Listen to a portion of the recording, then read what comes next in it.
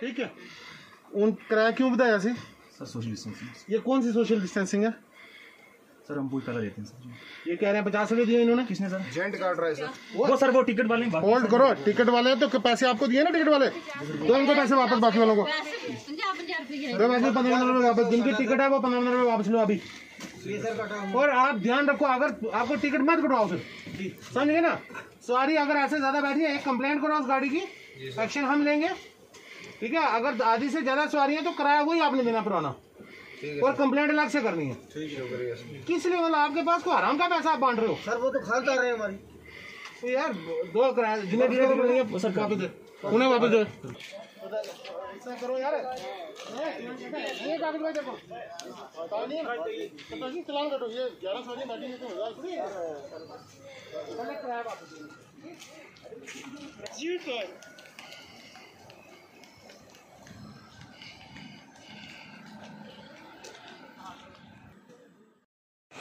आपसे सुनकोट से पूछ कितना किराया लिया? कौन कनेक्टर भाई? या 15 रुपए वापस है सारे। 50 रुपए तो जुल्म मत करो हैं भाई। बताने नहीं सॉरी जिन्हें को 50 रुपए ले क्या जायज है? तो उसको तू पूछ सुनकोट तो बैठे पूछ जाना। अच्छा दे 5 रुपए और से।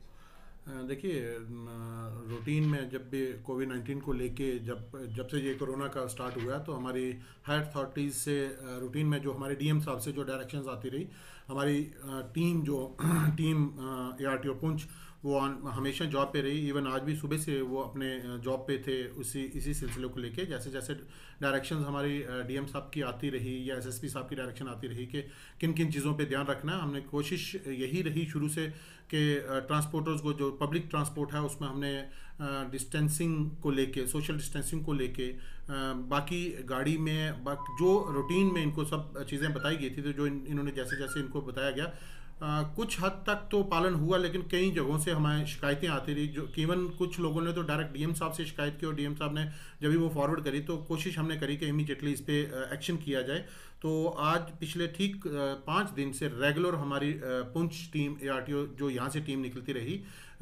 कुछ दिन 2 दिन 3 दिन तो मैं भी जाता रहा हूँ। अलबत्ता डेली बेसिस पे हमारे इंस्पेक्टर साहब अपनी टीम को लेके यहाँ से वो उन्होंने रवानगी डाली डिफरेंट इलाकों में जहाँ से कंप्लेंट्स आ रही थी, और वहाँ पे कोशिश करी उनको। मेरा मानना है कि कम से कम 70 से 80 गाड़ियों को चलान हुए हैं जो नहीं मान रहे थे, और कम से कम 80,000 प्लस हमने फाइन किया इनको जो आपने इनका पालन नहीं कर रहे थे, जो रूल्स एंड रेगुलेशन हैं इस चीज़ को लेके। जिन गाड़ियों में डिस्टेंसिंग को लेके गाड़ियों में सवारियां ज़्यादा थी अगर, तो नो डाउट उन्होंने एक तो सोशल डिस्टेंसिंग का पालन नहीं किया, दूसरा ये कंप्लेंट आ रही थी कि कहीं पे जो किराया 30% हमने बढ़ाया था, लेकिन उस किराए को लेके भी उन लोगों ने कहीं जगह 30 की जगह 40%, 50%, इवन कुछ ज़्यादा किराया ले रहे थे, जो लोगों की डिफरेंट इलाकों से कंप्लेंट थी। और रेगुलर हमारी टीम ने जाके डिफरेंट इलाकों में लोगों को इतला किया है, लोगों को अवेयर किया है। और उसी तरह बाकी हमारे ट्रांसपोर्ट जो पब्लिक ट्रांसपोर्ट वाले हैं, ड्राइवर्स हैं, उनके जो चलाने वाले वहाँ पे हैं, उन सब से डिटेल में बात करके कि उनका किराया सिर्फ 30% बढ़ेगा, सब्जेक्ट टू कि अगर वो आधी सवारियां बैठाते हैं, 50% सवारी बैठाते हैं। अगर बड़ी वाली बस है तो उसमें 67% है, और बाकी वाली जितनी गाड़ियां हैं, मेटाडोर्स हैं, मैजिक हैं, या ये हमारी टैक्सी मैक्सीज हैं, इनमें 50% था।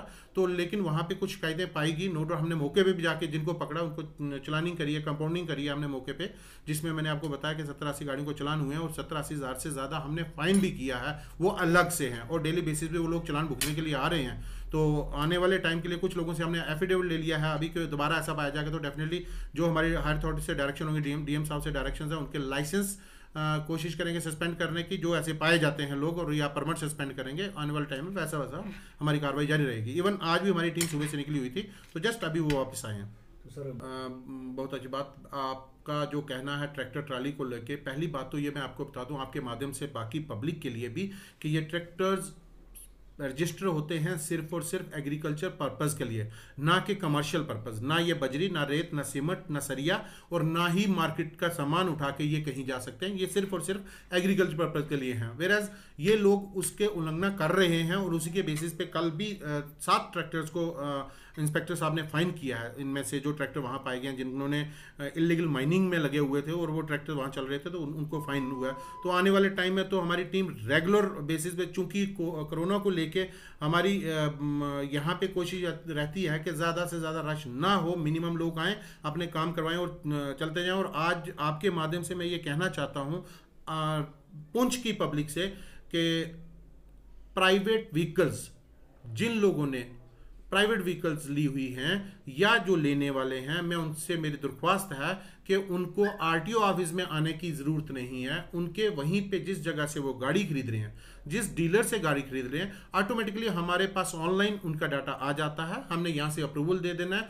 चूंकि इंस्पेक्शन पार्ट, गाड़ी को देखने का जो पार्ट था, हमारे यहाँ पे इंस्पेक्टर साहब गाड़ी को इंस्पेक्शन करते थे, अपने अकाउंट में उसको इंस्पेक्शन डालते थे।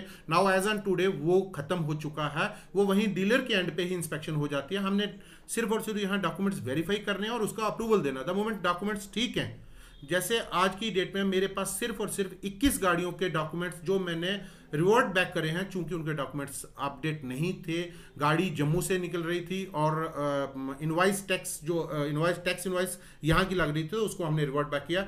बाकी पुंछ पूरे में प्राइवेट व्हीकल्स हमारे पास किसी के एक सिंगल गाड़ी बिन नंबर के यहाँ पे पेंडिंग नहीं है। उनको मेरे ऑफिस में आके अपना टाइम वेस्ट करना, ना गाड़ी लाने की जरूरत है, ना कागज लाने की जरूरत है, कुछ भी मेरे पास लाने की जरूरत नहीं है। उनका नंबर ऑटोमेटिकली